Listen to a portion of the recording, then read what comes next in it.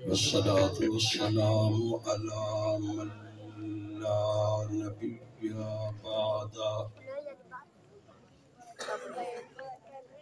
ولا رسول بعده ولا معصوم بعده أرسله الله تعالى بالحق بشيرا ونذيرا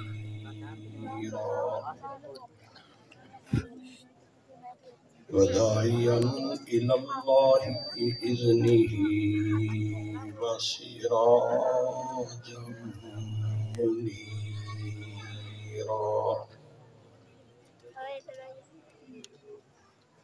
أما بعد فأعوذ بالله من الشيطان الرجيم. بسم الله الرحمن الرحيم.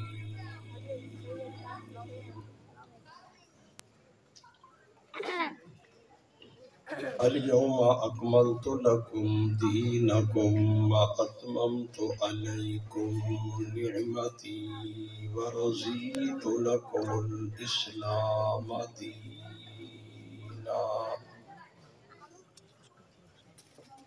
قال الله تعالى في مقام آخر: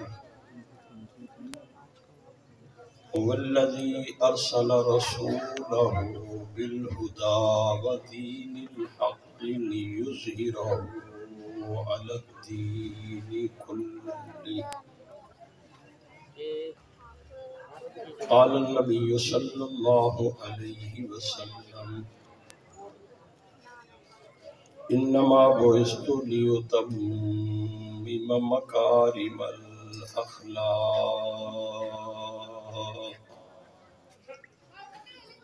صدق الله مولانا العظيم وصدق رسوله النبي الأمي الكريم، ونحن على ذلك لمن الشاهدين والشاكرين، والحمد لله رب العالمين.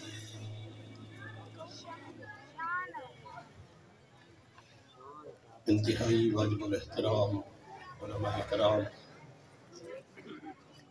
معززین علاقہ،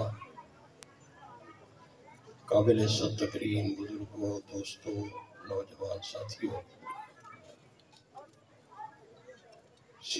سیرت کمیٹی کھیوڑا ضلع جہلم کے زیر اہتمام ماہ ربیع الاول کی مناسبت سے یہ خوبصورت پروگرام ترتیب دیا گیا ہے۔ دعا ہے اللہ تعالی ہم سب کی حاضری کو اپنی بارگاہ میں قبول و منظور فرمائے۔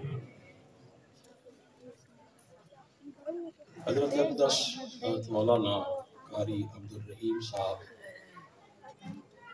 دعوت برکاتہم العالیہ کی خلوص دعوت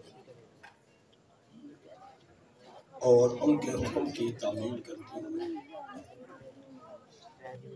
اللہ نے آپ حضرات کی زیارت کا موقع دیا ہے۔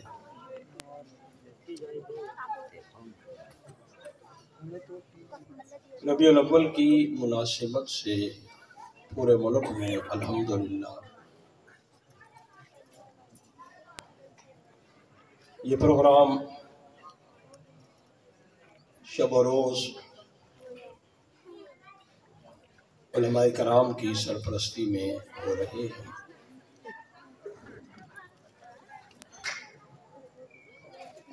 اور اپنی اپنی محبت کا آقا علیہ السلام سے اظہار کیا جا رہا ہے۔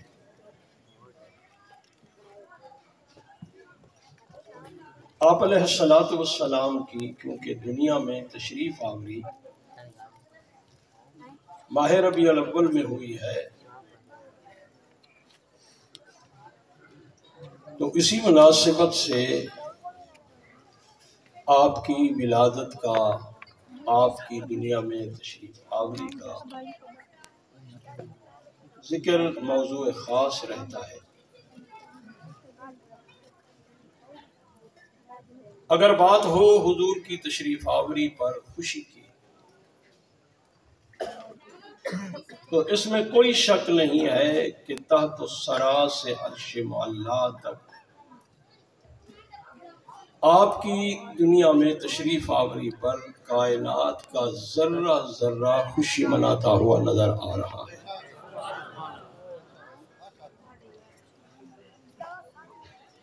اگر میں بات کروں آپ علیہ السلام کی ولادت کے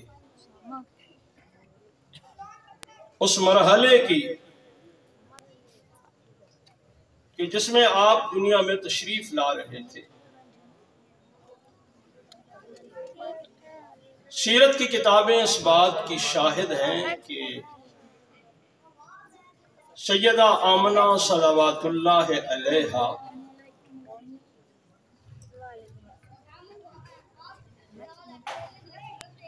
گھر کے اندر زندگی کے ایام یوں گزار رہی ہیں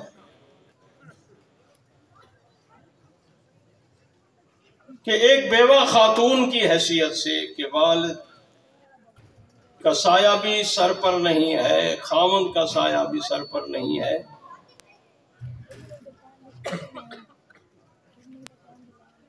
غربت اس انداز میں چھائی ہوئی ہے کہ علامہ شبلی نعمانی نے لکھا کہ حضور کی ولادت کے وقت گھر میں چراغ بھی روشن کرنے کے لیے نہیں تھا۔ ایک ماں ہونے کے ناطے حسرت اور خواہش تھی کاش گھر میں جلانے کے لیے چراغ ہوتا، روشنی میں میرا بیٹا دنیا میں تشریف لاتا اور میں اپنے بیٹے کی ولادت کے وقت زیارت کرتی، چہرہ دیکھتی۔ اس اثناء میں جناب آمنہ فرماتی ہیں کہ میرا لخت جگر دنیا میں آیا،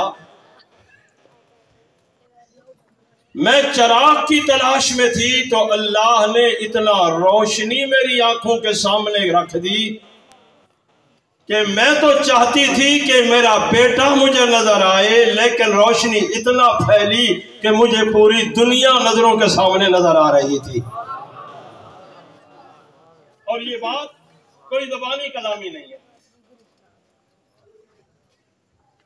اگرچہ ہر باپ اور ہر ماں اپنے بیٹے کو چاند کا ٹکڑا کہتی ہے، رنگ جیسا بھی ہو ماں کی نظر سے دیکھا جائے تو وہ چاند سے بھی زیادہ خوبصورت ہوتا ہے۔ اور اگر کسی بے اولاد جوڑے کو کسی بزرگ کی دعا کی برکت سے، کسی حکیم کی دوائی سے اگر 30 سالوں کے بعد اولاد والی نعمت مل جائے تو وہ زبان حال سے کہہ رہا ہوتا ہے کہ میری دل کی دنیا آباد ہو گئی ہے اور مجھے پورا جہان روشن نظر آ رہا ہے۔ آمنہ کہتی ہے کہ یہ بات زبانی کلامی نہیں تھی، بلکہ میرا بیٹا جیسے دنیا میں آیا تو میں نے کیا دیکھا، مجھے پورا جہان نظر آ رہا ہے اور دنیا ساری اس روشنی میں میری آنکھوں کے سامنے نظر آ رہی ہے۔ اس کی میں ایک مثال دیتا ہوں۔ علماء کرام تشریف فرما ہے، میں ایک طالب علم ہوں، میرے بھائی نے میرے لیے بہت کچھ کہہ دیا ہے، میں کچھ بھی نہیں ہوں، صحابہ کا ایک نوکر ہوں، اور شاید اسی کی برکت سے کچھ کہہ لیتا ہوں۔ کہا روشنی اتنا پھیلی کہ مجھے کسرا کے محل کے کنگرے گرتے ہوئے نظر آ رہے ہیں،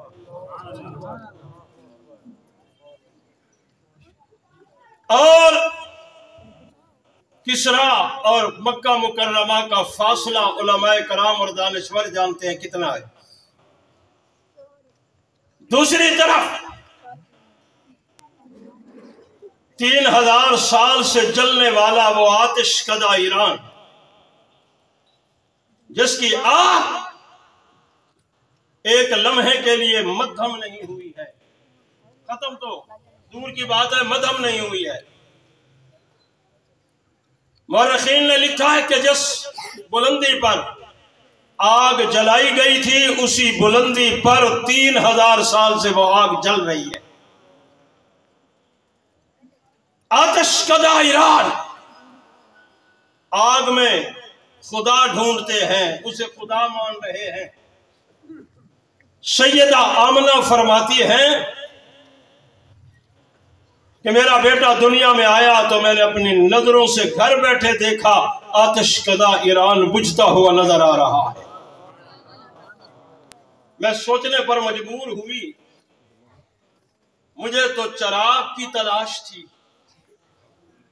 میں تو روشنی چاہتی تھی جو اس کمرے کو روشن کرے اور میں اپنے بیٹے کا چہرہ دیکھ سکوں، لیکن یہ تو جہان نظر آ رہا ہے. آواز مشیت آتی ہے، آمنہ تو چراغ ڈھونڈ رہی تھی، ہم تجھے سراج منیر عطا کر رہے ہیں. اگر میں ولادت سے لے کر حلیمہ کی بکریاں چرانے تک اور آپ علیہ السلام کے بچپن کے حالات اگر مستند احادیث کے حوالہ سے اور روایات سے بیان کرو تو میں کئی گھنٹے اس پہ بول سکتا ہوں، لیکن میں بات بچپن کی نہیں کرتا. بچپن میں ہر کوئی معصوم ہوا کرتا ہے، ہر بچہ معصوم ہوتا ہے، اس کے کندھوں پہ کوئی فرشتہ نہ نیکیاں لکھنے والا ہوتا ہے، نہ کوئی فرشتہ اس کے کندھوں پہ بیٹھ کے کوئی اس کی برائی لکھنے والا ہوتا ہے. اسے دنیا معصوم کہتی ہے.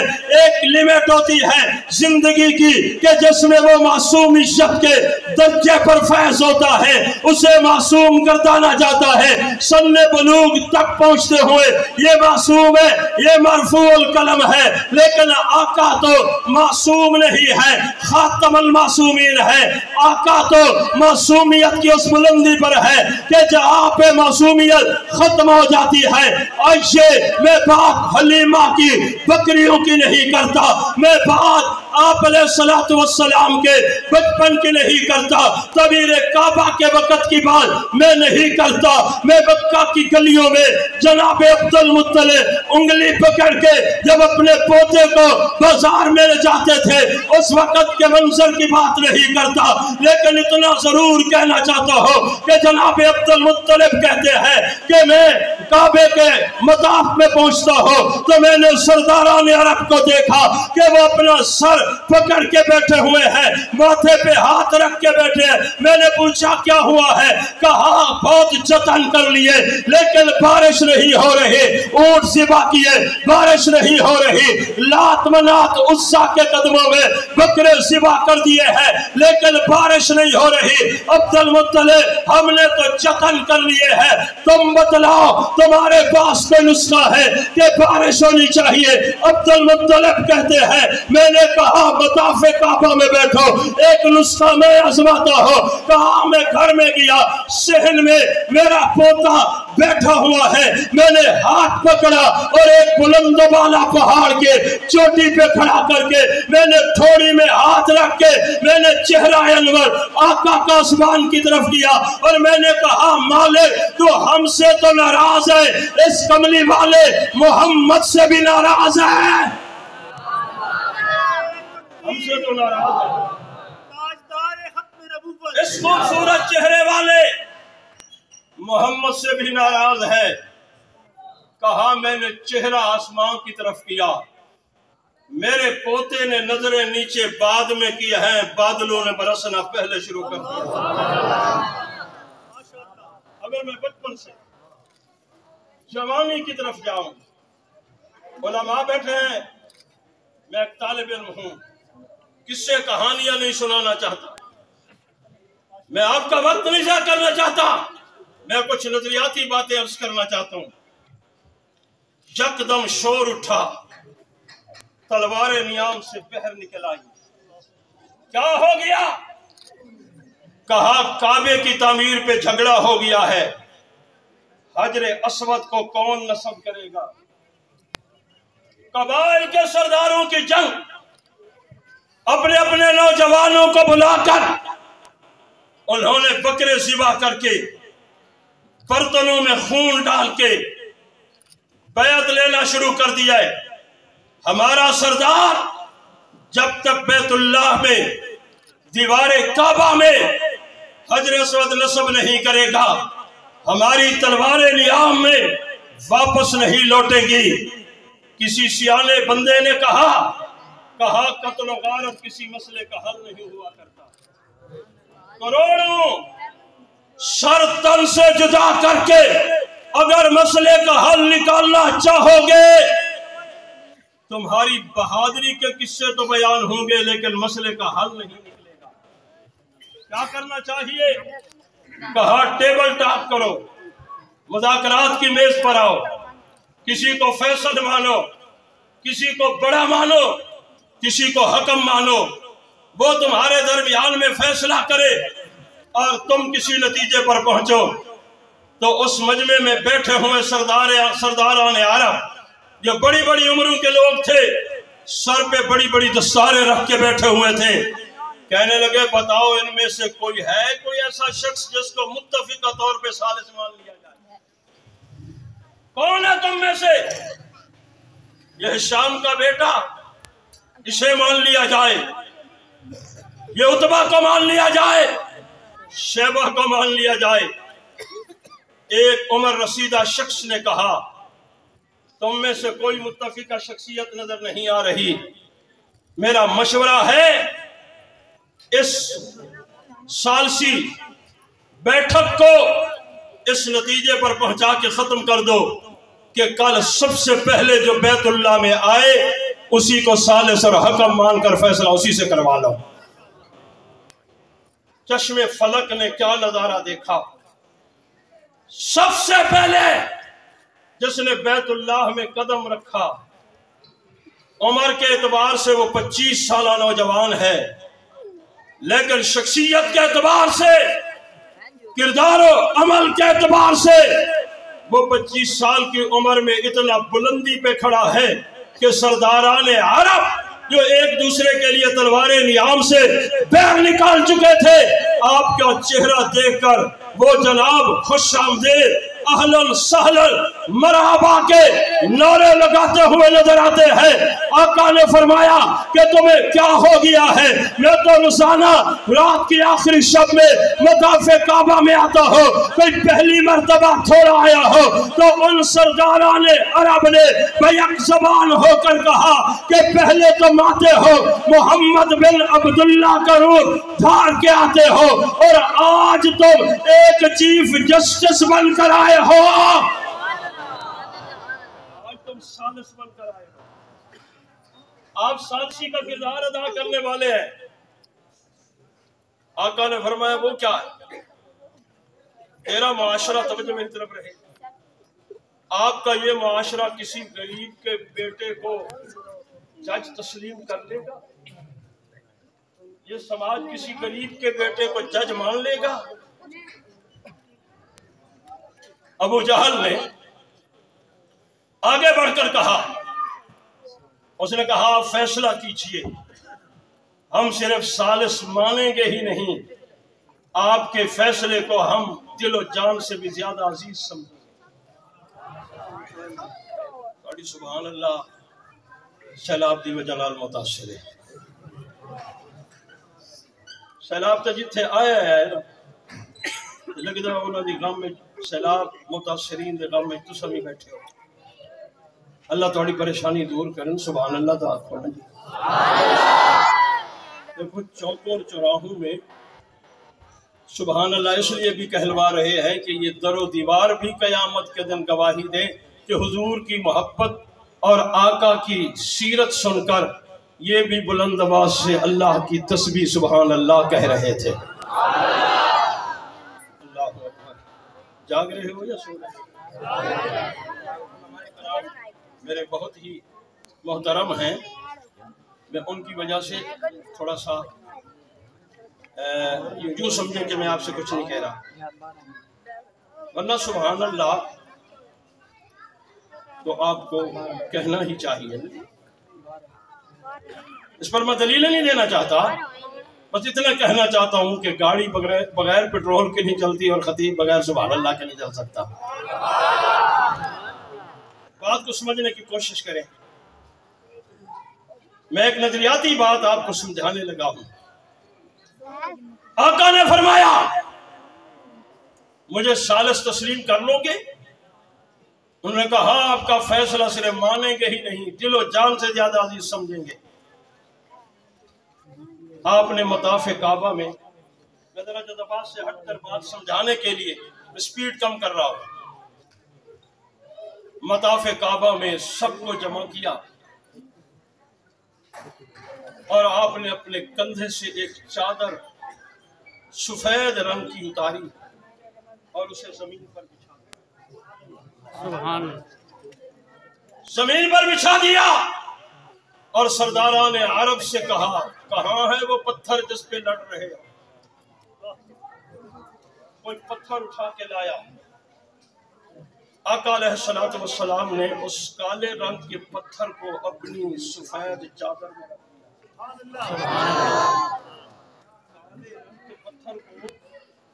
سفید چادر میں رکھ دیا۔ جب چادر میں رکھا، میں اگلی بات کہنے سے پہلے مجھے خیال آیا میں ذرا پتھر سے پوچھوں۔ آپ سے نہیں پوچھ رہا، پتھر سے پوچھ رہا ہوں۔ ماشاءاللہ، آپ کو تو اللہ نے زبان دی ہے نا جی، آپ سے پوچھے تو آپ کچھ کہتے ہیں نا جی، پتھر سے میں پوچھوں تو کچھ نہیں کہتا، نبی انگلی کا اشارہ کرے تو کلمہ پڑتا ہے۔ پھر بھی ہمیں کہتے ہو یہ نبی کو اپنے جیسا سمجھتے ہیں۔ تیری انگلی کے اشارے پہ تیرا پوتا تیرے پاس نہیں آتا، نبی کی انگلی کے اشارے پہ آسمانوں کا چاند دو ٹکڑوں میں تقسیم ہوتا۔ میں نے پتھر سے پوچھا کہاں سے کہاں تک پہنچا ہے تو؟ کہاں سے کہاں تک پہنچا ہے؟ پتھر نے کہا جنت میں تھا، جبل ابی قبیس پہ اتارا گیا، وہاں سے بیت اللہ کی دیوار میں نصب کر دیا گیا اور آج تھوڑی دیر کے لیے محمد کی چادر میں آ گیا۔ اس سفر میں میں تیری رویداد پوچھنا چاہتا ہوں، ہزاروں سال جنت میں رہا اور اس کے بعد جبل ابی قبیس کی بلندیوں میں رہا، اس کے بعد تو ہزاروں سال سے یہاں کعبے کی دیواروں میں نصب ہو گیا ہے۔ تو بتانا تیری حیثیت کیا ہے؟ کہا جنت سے لایا گیا تو سفید تھا، دنیا مجھے حجر ابیض کہا کرتی تھی، میری تاثیر یہ ہے کہ مجھے گناہگار چومے تو وہ چوم کے فارغ بعد میں ہوتا ہے۔ آواز مشیشت آتی ہے کہ یوم ولدت امہ، اور سیاہ پتھر کو چومنے والے، یہاں تک اپنے لبوں کو لانے والے اور پتھر تک پہنچنے والے، تو نے چوما نہیں ہے، میں نے تیرے گناہوں کو یوں معاف کر دیا ہے جیسے ماں کے پیٹ سے ابھی نکل کر آ رہا ہو۔ جبل ابی قبیس کی بلندیوں سے میں دیوار کعبہ تک پہنچا، دیوار کعبہ سے ایک لمحے کے لیے حضور کی چادر میں آ گیا۔ میں نے کہا مجھے وہ لمحہ چاہیے، مجھے وہ لمحہ چاہیے، مجھے ہزاروں سال کی زندگی پہ بحث ہی نہیں کرنی ہے، تیرے ساتھ جنت میں کیا ہوا مجھے نہیں پتا، جبل ابی قبیس پر کیا ہوا وہ ہاتھوں نے کتنا مزہ لیا مجھے نہیں پتا. کعبے کی دیواروں میں جناب آدم کے ہاتھوں سے لے کے جناب ابراہیم کے ہاتھوں تک تو نصب ہوتا رہا.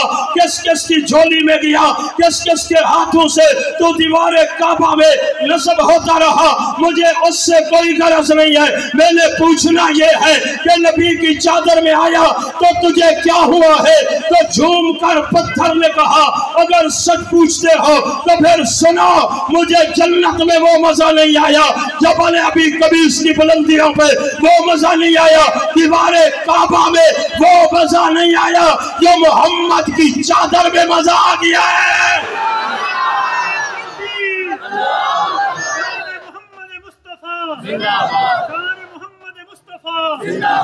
میرا سوال کسی عملی طور پر ترتیب میں بتا سکتے ہو؟ کوئی عملی ترتیب چادر کے اوپر ہو یا نیچے ہو؟ کہا چادر نیچے ہے میں اوپر ہوں توجہ. انہوں نے ایسے ہی کرنا ہے, ان کو موقع مل گیا ہے نا. جاؤ ماشاءاللہ. میں نے پتھر سے پوچھا چادر نیچے ہے یا اوپر؟ کہتے یار ابھی تو چادر نیچے ہے میں اوپر ہوں. ہے کاش کہ چادر اوپر ہوتی میں نیچے ہوتا. چادر اوپر ہوتی میں نیچے ہوتا. میں نے کہا کیا نظر آیا؟ کہا ہجرت کی شب علی نظر آیا. کیسے نظر آیا؟ کہا نبی کی امانتیں سرانے رکھے ہوئے ہیں, نبی کا بستر نیچے ہے, نبی کی چادر اوپر ہے. ابو جہل نے دروازہ کھٹکھٹایا تو آنکھیں مسلتے ہوئے علی بہر آئے. علامہ دوست محمد قریشی رحمہ اللہ کا جملہ نقل کر رہا ہوں. علامہ دوست محمد قریشی کہتے ہیں جناب علی نے ابو جہل کو ڈانٹ کر کہا کہو پاگل, اتنا مزے کی نیند سو رہا تھا تو نے مجھے جگا دیا. نیند میں سو رہا تھا تو نے جگا دیا.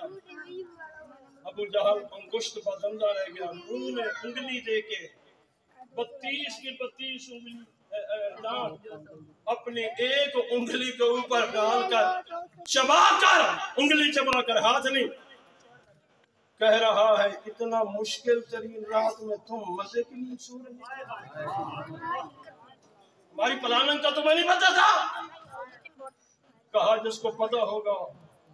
مجھے تو نبی کہہ گیا ہے میری چادر میں مزے کی نیند سو جاؤ, اور میں اتنا مزے کی نیند سویا. آج بھی جناب علی کی زندگی کا یہ جملہ اور یہ رات آج بھی کتابوں میں سنہری حروف سے لکھی ہوئی ہے کہ جناب علی کہتے ہیں کہ زندگی میں مجھے اتنا مزے کی نیند نہیں آئی جتنا شب ہجرت محمد کی چادر میں مزے کی نیند آئی. میں نے کہا چلو کوئی اور بات تاریخ کے دامن میں ہو تو میں وہ لے لوں. شیخ الاسلام علامہ تقی عثمانی کہنے لگے جہاں دیدہ میں دنیا میرے آگے. کہا میں شام کی گلیوں میں پھر رہا تھا, شام کے بازاروں میں پھر رہا تھا. مجھے کسی نے متوجہ کر کے کہا یہاں امیر شام رہتا تھا. تقی عثمانی یہاں امیر شام رہتا تھا. میں نے کہا اسے تلاش کروں کہاں ہے. کسی نے انگلی پکڑی اور بازار سے ایک گلی میں لے گیا. گلی کی نکڑ پر ایک دروازہ ہے, تالا لگا ہوا ہے, مقفل ہے. کہا اس کمرے میں سویا ہوا ہے. تالا کھل گیا اور میں اندر داخل ہوا تو میں اس کے قدموں میں کھڑا ہو گیا. میں سوچنے لگا کہاں سے چلا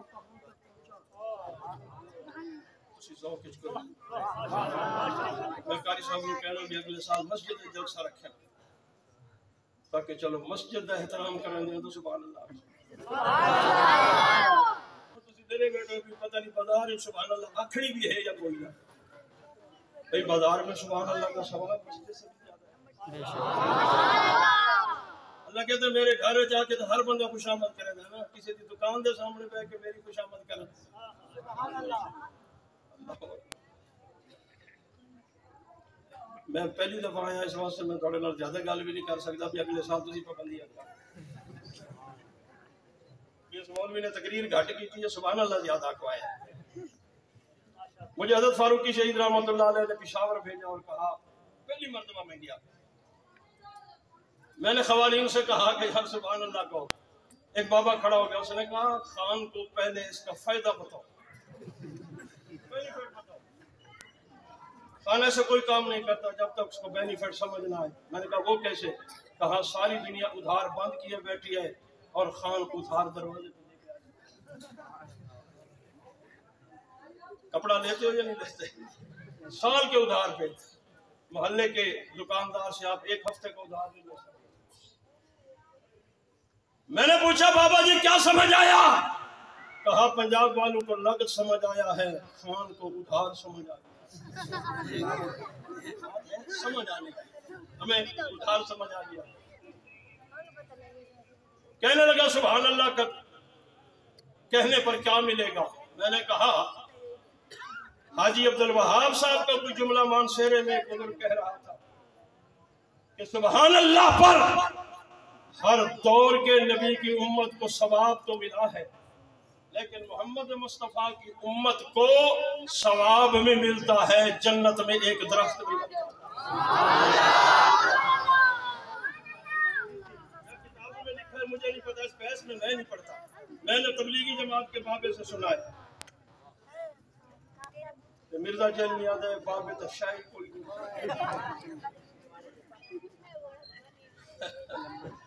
مسجد دے مولوی تو کچھ چار بابے دے نمازی ہوں وقت پایا ہوئے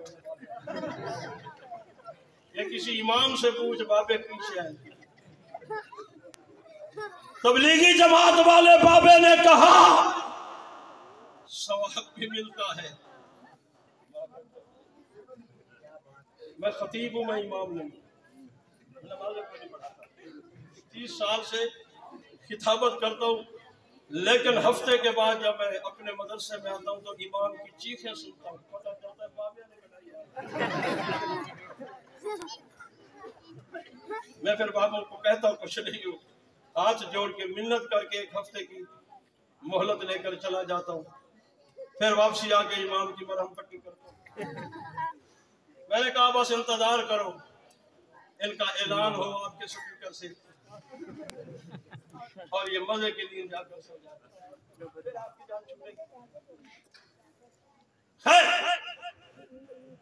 چلا رہا سے نہیں کسی امام نے مگر لگے ہوئے تو میں تھانوں نہیں کہہ رہا میں جنوبی پنجاب ہے تسی تو بڑے اچھے لوگ اسی تے پتھراں دی بڑھ گئی مسجد نماز پڑھنے تے تانوں اللہ پاک نے نمک دی بنائی ہوئی مسجد نماز ہے اللہ تعالی بھی چلو کوئی تو ہوے کہ نمک حلالی بھی کرے میں دور نہیں نکلنا چاہتا گپ شپ میں وقت بھی نہیں گزارنا چاہتا میں بات سمجھا رہا ہوں میں نے بابے سے کہا جنت میں ایک درخت لگتا ہے اس نے پشتوں میں کھڑے ہو کر مجمع کو کہا بے سارے سبحان اللہ کہو تو وہ 10 منٹ تک سبحان اللہ کہتے رہے اور میں بالکل سپیکر کے سامنے خاموش کھڑا رہا میرے ساتھ رفیق سفر تھا مولانا حق نواز جنگوی شہید کا ساتھی فلک شیر اس جنگوی زبان نے چاکھیا ہون مزہ لے تو تقریر نہیں کر سکتا انہیں سبحان اللہ یا آخی رکھنی 10 منٹ تک مسلسل سبحان اللہ کہتے رہے پھر خاموش ہو گئے میں نے تقریر شروع کی میں نے کہا سبحان اللہ کہو یار بابا کھڑا ہو گیا اس نے کہا 10 منٹ ہم نے 200 دفعہ کہہ دیے 200 درخت ہمارا جنت میں لگ چکا ہے مزید ہم درخت لگوانا نہیں چاہتے ہم جنت میں کوئی ٹال تو نہیں بنانا چاہتے پھر مجھے بات سمجھ آئی کہ آج کے بعد کسی جلسے میں 200 دفعہ اکٹھی نہیں کہلوانی، گھنٹے کی تقریر میں وقفے وقفے سے کہلوانی۔ اگر بات سمجھ آ گئی تو سبحان اللہ کہتے رہو۔ مجھے یہ بتاؤ ہمیں اور کیا کرنا ہے؟ یہ چھوٹی سی بچی تو لدھیانوی سے چلو شکر ہے اس بچی کو سمجھ آئیے، آپ کو بھی سمجھ آ جانی چاہیے نا۔ خیر، مولانا تقی عثمانی کہتے ہیں میں قدموں میں کھڑا ہو گیا، میں نے کہا دیکھوں تو صحیح کہاں سے چلا کہاں تک پہنچا۔ کہا پتہ چلا کل اس کے ہاتھ میں قلم تھا، یہ قرآن لکھ رہا ہے۔ کل کی بات ہے، میرا رخ مڑ گیا ہے لیکن بہرحال مزہ آئے گا۔ کل کی بات ہے، اس کے ہاتھ میں قلم تھا، یہ قرآن لکھ رہا تھا۔ پھر کل کی بات ہے کہ یہ مدینہ میں پہنچا تو اس نے کیا کیا کہ میں محمد وضو کر رہا تھا اور یہ پانی لوٹا پانی کا لے کے یہ مجھے وضو کروا رہا ہے۔ آقا فرماتے ہیں کہ جب اس نے میرے چلوں میں میرے ہاتھوں پہ پانی ڈالا، میں نے چہرے پہ نظر دوڑا کے دیکھا، امیر معاویہ ہے، صخر بن حرب کا بیٹا اور ابو سفیان کا بیٹا، ایک سردار کا بیٹا کھڑا ہے۔ تو اللہ کے نبی نے پانی کو اسی طرح اپنے ہاتھوں میں لے کے پوچھا، توجہ کیجئے توجہ کیجئے، وضو میں دنیاوی باتیں نہیں کرنی چاہیے، لیکن وہ دین مدین کا بانے پوچھ رہا ہے، کہہ رہا ہے معاویہ تم کب سے یہ لوٹا پانی کا لے کے میرے پیچھے پیچھے گھومتے ہو اور میری چوکیداری اور میری خدمتگاری کرتے ہو؟ کہا مزہ آتا ہے آپ کے ساتھ لوٹا لے کے گھومنے میں۔ اچھا تو سردار کا بیٹا ہے، بتا سرداری میں مزہ آیا یا محمد کی غلامی میں مزہ آیا؟ امیر معاویہ نے ایک کمال کا جملہ کہا پوری دنیا کی بادشاہی مل جائے، امیر معاویہ کو بادشاہی میں وہ مزہ نہیں آتا جو محمد کا لوٹا اٹھانے میں مزہ آتا ہے۔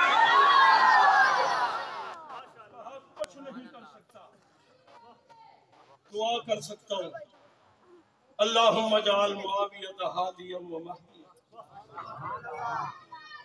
میں تڑپ گیا، کراچی سے کشمیر کے پہاڑوں تک گھومتا ہوں، اڈے کی مسجد پہ گیا تو وہاں لکھا نظر آیا، ریونڈ کی مرکز کی مسجد میں گیا وہاں وضو خانے پہ لکھا نظر آیا، وضو کے درمیان میں یہ دعا پڑھو۔ میں نے پوچھا ہوتا کیا ہے؟ کہا ایک دفعہ پڑھو تو جنت کے 8 دروازے کھل جاتے ہیں۔ میں نے کہا میرے معاویہ تیری عظمتوں پہ قربان جاؤں، 1400 سال کے بعد ریونڈ کے وضو خانے پہ لکھی دعا پڑھے تو 8 دروازے جنت کے کھلتے ہیں، اور نبی پاک وضو کے دوران تیرے لیے جو دعا کر رہے ہیں تیرے لیے کیا کچھ نہیں کھلا۔ اللہم اجعل معاویہ ہادیا و مہدیا۔ وضو مکمل ہوا، توجہ، میں طالب علم ہوں، میں سبق سنا رہا ہوں اپنے علماء کو۔ کندھے سے چادر اتاری، پانی جذب کیا چہرہ انور کا بھی ہاتھوں کا بھی، اور پھر دونوں ہاتھوں سے یہ چادر پیش کی، کہا معاویہ اور کچھ نہیں دے سکتا، یہ چادر تمہیں گفٹ دیتا ہوں۔ توجہ، چادر گفٹ لینے والا میں نے عمر کے دور میں دیکھا، چٹھی آئی ضرور ہے، عمر پڑھ کر رو رہے ہیں، ابو سفیان کو بلا کر کہا اللہ کی مرضی ہے آپ کا بڑا بیٹا یزید ابن ابی سفیان، جسے ابو بکر نے شام کا گورنر بنایا تھا، بڑا کمال کا بندہ تھا، ایڈمنسٹریٹر تھا، نظم و ضبط کے حوالہ سے سلطنت کو کمال درجے پر پہنچایا، لیکن وہ فوت ہو گیا، یہ چٹھی آ گئی، انا للہ و انا الیہ راجعون۔ ابو سفیان نے کہا، تھوڑی دیر خاموشی اختیار کرنے کے بعد کہا میرے ایسے باکمال بیٹے کی جگہ پہ عمر کس کو گورنر بناؤگے؟ عمر نے جھوم کر کہا اس سے بہتر بندے کو گورنر بناؤں گا، اس سے بہتر بندے کو گورنر بناؤں گا۔ ابو سفیان غصے میں آنکھوں سے غصہ جلال ٹپکتا ہوا نظر آ رہا ہے۔ میرے بیٹے سے زیادہ باکمال کون ہو سکتا ہے؟ ابو سفیان نے کہا۔ میں اس وقت ورطہ حیرت میں ڈوب گیا کہ جب عمر نے کہا، توجہ کیجئے کھوڑا کے دوستو، جب عمر نے کہا کہ وہ بھی باکمال تھا جسے ابو بکر نے شام کا گورنر بنایا اور میں اس سے بھی باکمال بندے کو بنا رہا ہوں۔ ابو سفیان کہتے ہیں میں نے پیچھے پلٹ کر دیکھا تو عمر نے اس نوجوان کا ہاتھ پکڑ کے فضا میں لہرا کے کہا، ابو سفیان صخر ابن حرب میں اس کو شام کا گورنر بنانا چاہتا ہوں۔ میں نے دیکھا تو وہ میرا چھوٹا بیٹا معاویہ بن ابی سفیان ہے۔ جناب ابو سفیان نے پر جستہ جملہ کہا، عمر جیسے تو محمد کا انتخاب لاجواب، عمر تیرا بھی معاویہ انتخاب لاجواب ہے۔ 20 سال تک شام کا گورنر رہ کر امیر شام رہا۔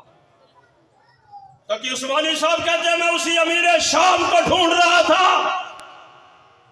مجھے کوفے کی جامع مسجد کے منبر سے آواز آئی، کہا امیر شام نہیں، ذرا پلٹ کر دیکھیے۔ علی کے بڑے بیٹے نے جب سے ہاتھ پہ ہاتھ رکھا ہے، یہ امیر شام نہیں، یہ امیر المومنین بن گیا ہے۔ پھر 64,65,000 مربع میل پہ حاکمیت کرنے والا اور کفر کے سینے پہ پاؤں رکھ کے اسلام اور اسلامی اصولوں کو اجاگر کرنے والا مولانا تقی عثمانی کہتے ہیں زندگی کے آخری سانس لے رہا، موت قریب آ گئی اور اپنے اہلکار کو بلایا، خدمت کرنے والے کو بلایا، کہا سامنے جائیے، یہ ایک صندوق پڑا ہے، اس کا تالا کھولیے، اس میں ایک خوبصورت چیز ہے، ایک امانت پڑی ہوئی ہے، ایک خزانہ پڑا ہوا ہے، ایک نایاب چیز پڑی ہوئی ہے، اسے اٹھا کر لاؤ۔ وہ بچہ کہتا ہے، وہ نوجوان کہتا ہے، وہ اہلکار کہتا ہے میرے دل میں خیال آیا پتہ نہیں وہ خزانہ کیا ہوگا، وہ زیورات ہوں گے، وہ سونا ہوگا، وہ چاندی ہوگی، وہ ہیرے جواہرات ہوں گے، لیکن جب میں نے اس صندوق کا ڈھکن کھولا تو اندر کیا پڑا ہوا ہے؟ ایک دھاری دار چادر ہے۔ میں اٹھا کے لایا، امیر معاویہ بیماری کے عالم میں ہے، اٹھ کر بیٹھنے کے قابل نہ رہے، لیکن جب وہ چادر لا رہا تھا تو یہ اجلت میں اٹھ بیٹھے، جمپ لگا کے اٹھ بیٹھے، اس چادر کو میرے ہاتھ سے لیا، اسے چوم کر کہا کہ معاویہ کی کل متاع عزیز یہ چادر ہے۔ میں نے کہا یہ چادر کہاں سے آئی ہے؟ شیخ الاسلام کہتے ہیں میں اس چادر کو دیکھنے لگا، امیر شام نے، امیر معاویہ نے جس وقت اس چادر کو فضا میں لہرایا اس کی ساخت بناتی ہے، یہ 60 سال پرانی یمن کی دھاری دار چادر ہے، لیکن اس بندے کا کمال دیکھیے، اس نے کوئی چیز زیور کی مد میں اور جناب ہیرے جواہرات کی مد میں سنبھال کے نہیں رکھے، ایک چادر سنبھال کے رکھی ہے۔ کہاں کس کی چادر ہے؟ کہاں نبی نے گفٹ دیا ہے، سنبھال کے رکھی ہے، ابھی دنیا سے رخصت ہونے والا کفن دینے کے بعد یہ چادر میرے کفن پہ ڈال کے مجھے قبر کے پتال میں اتار دینا۔ مولانا تقی عثمانی کمال کا جملہ لکھتے ہیں، کہا مطاف کعبہ میں نے پتھر کو دیکھا، چادر نیچے ہے، پتھر اوپر ہے، میں نے شب ہجرت علی کو دیکھا، علی نیچے ہے اور چادر اوپر ہے۔ پتھر کہتا ہے جنت میں وہ مزہ نہ آیا جو نبی کی چادر میں مزہ آیا، اور علی کہتے ہیں زندگی میں اتنا مزے کی نیند نہ آئی جتنا محمد کی چادر میں شب ہجرت نیند آئی ہے۔ اور میں نے قدموں میں کھڑے ہو کے کہا پتھر بھی کمال کہتا ہے، علی بھی کمال کہتا ہے، لیکن یہ شخص کتنا با کمال ہے کہ 1400 سال سے یہ برزخ کی زندگی میں محمد کی چادر میں سو رہا ہے۔